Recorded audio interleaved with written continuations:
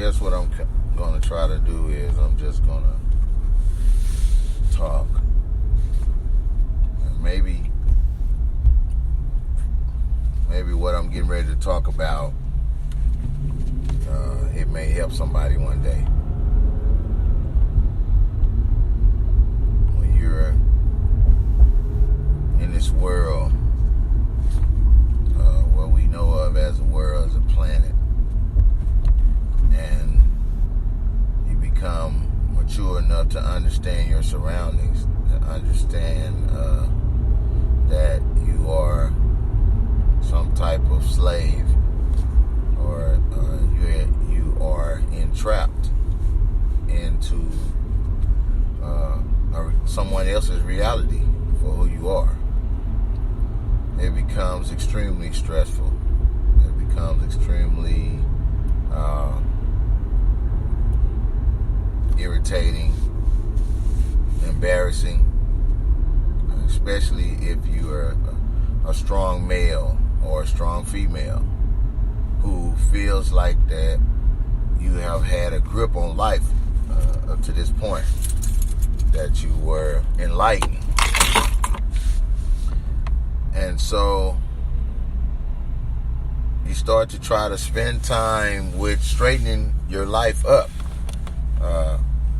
trying to position yourself to be in control again. And you find out that it's almost impossible.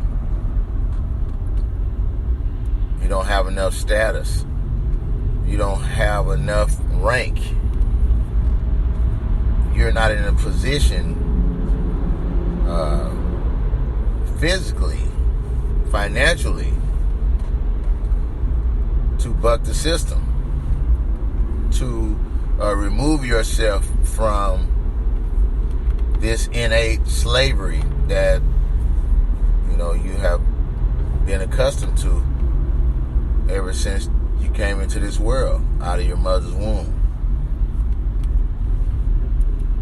So you question everything around you, and then you try to, it turns into a jigsaw puzzle. It turns into a Rubik's Cube. You start to read, and then you start to try to understand your position. The first thing you try to do as a person that wants to change your status, you try your best to get as much information on the system that you have been affiliated with. And you try to see, well, where are the cracks and the crannies, or where are the opportunities to relieve yourself of this level of slavery. And you start to find that there are ways to temporarily remove yourself from the grid. There are ways to make yourself obsolete, and to start a life that nobody owns and nobody has control of. There are ways to do that. But then you start to think about the amenities of life. And you think about, if I take a route, or if I was taught how to remove myself from this grid, this level of slavery, this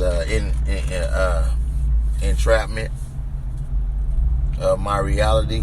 If I was to remove myself, what type of life would I live? I would have to almost go all the way back to the caveman days, actually.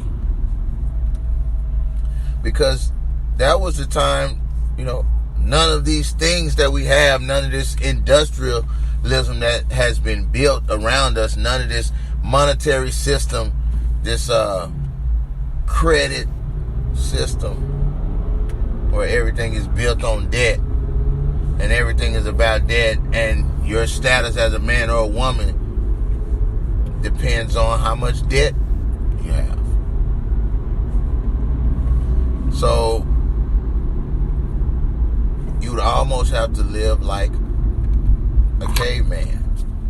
You You wouldn't have access to anything tangible that you actually need unless you plan to live off the land and you don't even own that. So what do you do? What do you do when you straddling the fence? But then you look at your family and you have children and you have a wife or you have a husband and you have a house and you have a home, you have bills. You have bills and things that you have acquired because you was told that this was reality. And so, and how do you ask a mate to suffer with you for a time period that's going to hinder the social growth of the children, the social interaction of the children, the social interaction of their own selves? They would remove everything from their life to live a much more meek, a much more absolute, maybe poverty-stricken life, because you want to be free, because you don't want to be held and bound. How do you present that argument? Especially if you built a lifestyle or you built a life around them that's extremely comfortable, and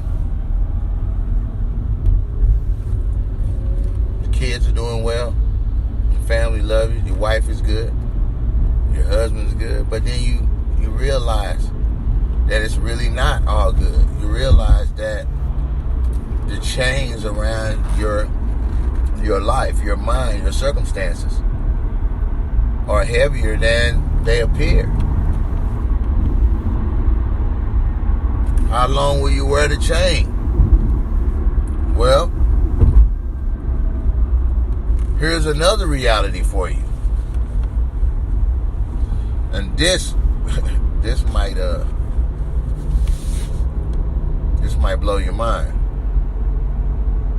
You only have a short time to live, and you don't even know when it's over. Nobody knows when it's over. Nobody knows when it's your turn to go to what we have been taught as heaven, or to leave, the people here on this earth. At least leave them physically. When is that going to happen? We don't know. Okay, so you don't know when you're going to die. So is it worth the risk of trying to buck the system to be free mentally and to be free wholeheartedly and to own your own life and your own decisions, to own your own stress and your own love, to own all of it yourself? What is your sacrifice? What is your level of tolerance?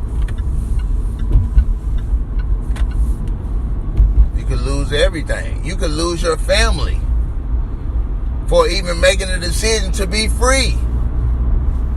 How profound is that? Just think about it mentally. You are willing to enslave yourself for somebody else. Yeah, that's all it is. Selflessness. The ultimate sacrifice. Do we want to be free in that manner? Because there's still tyranny everywhere you go. I may want to live a certain lifestyle, but I'm not homeless. But I'll be treated if I was homeless because what? Because I didn't dress that way, because I chose not to dress that way. I chose to dress how I wanted to dress. I chose to live where I wanted, but you don't have that choice.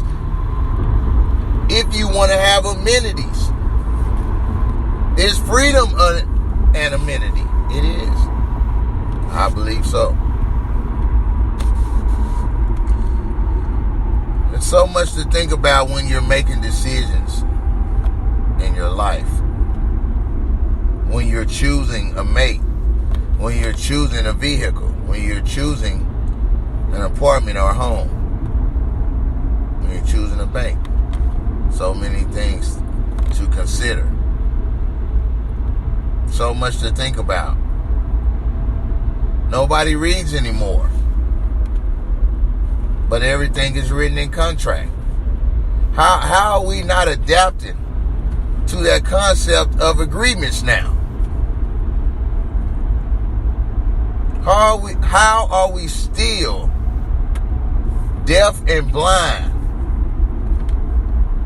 to the acquiescing of these contracts in writing? And we just don't read. Because if you read, you'll ask questions. And if you ask questions, questions bring awareness. And awareness brings change.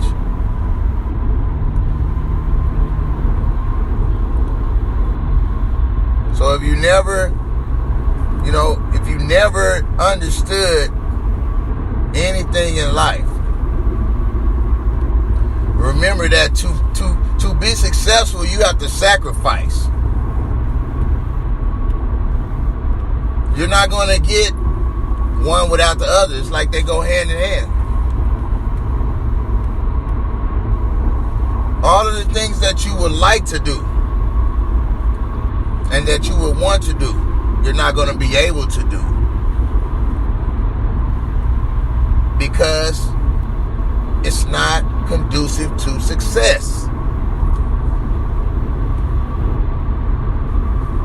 Young men and women understand that you can't possess things and create success at the same time. You just can't do it. You have to sacrifice first not having things so that you can be successful, and then you can acquire things after you acquire success. But we're trying to do it backwards. Everybody want to be owned, and they want to be acknowledged, and they want to have some type of social status, and want people to praise them for what they have done, but they haven't even done nothing. Because there's an order to success. Right? If you understand the order to success, the first thing you have to do to be successful is to understand that sacrifice is key. Sacrifice is key. Nobody is going to come and hand you a promotion or a raise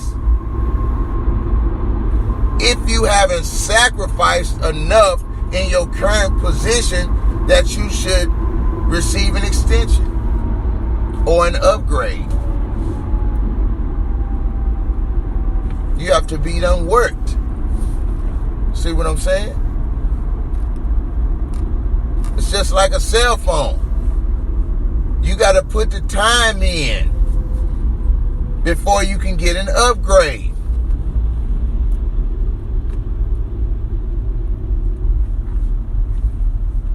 That's the only way it's going to happen.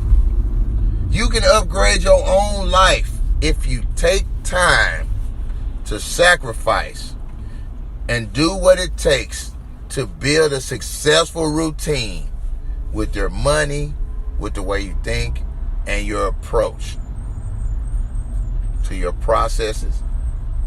I can guarantee you, you'll be successful. You have two opportunities in life to be successful, and I'm going to leave you with the last word.